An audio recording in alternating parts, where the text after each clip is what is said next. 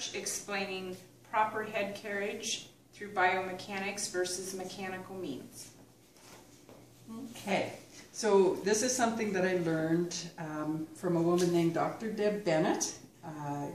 She gave an explanation similar to this in regards to how the horse's head, a lot of us are looking to have that horse's head somewhere near a vertical plane, and many of us are taught to shorten the rein with our hands in order to get that look in the horse.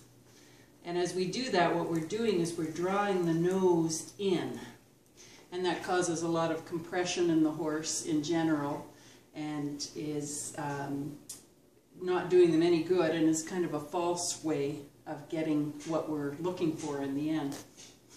Anyway, okay, so put them back there. So what's actually supposed to be happening when you end up with that look of the vertical plane of the front of the face in the horse, what actually should be happening is that the neck should be lengthening, telescoping. The base or the sternum of the horse should be lifting up, or the withers. Often we talk about the withers lifting.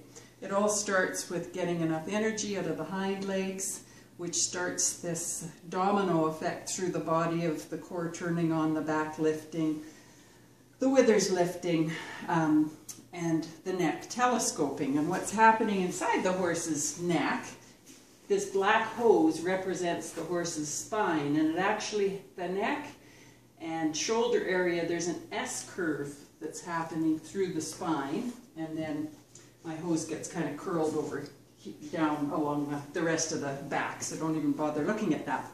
But if you can get those hind legs engaged and working, and get this other stuff happening, what starts to happen is as the horse lifts its sternum upward and lifts its withers upwards in the base of its neck, the whole spine starts to get lifted up. And if the horse is free and released in its poll area, it starts to push away its forehead, and there you have the beginning of that look of a more vertical front plane of the face, and nothing changed in the length of this rein at all. Not to say that it might never change, but we didn't pull at all or shorten these reins to get that visual look.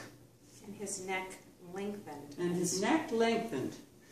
It's a rough drawing, but you can see where the actual head went from being back here. This was the original line we had it on, and it's way out there now. And how did that happen? Should we do it once more?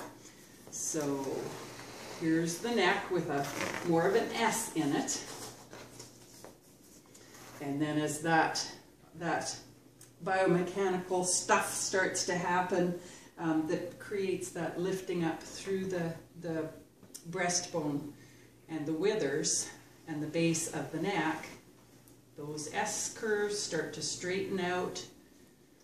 The forehead pushes away if the horse is released and soft through the poll, and you get that vertical look without any change, without having to pull that horse's head in with your hands and shorten your reins. Okay?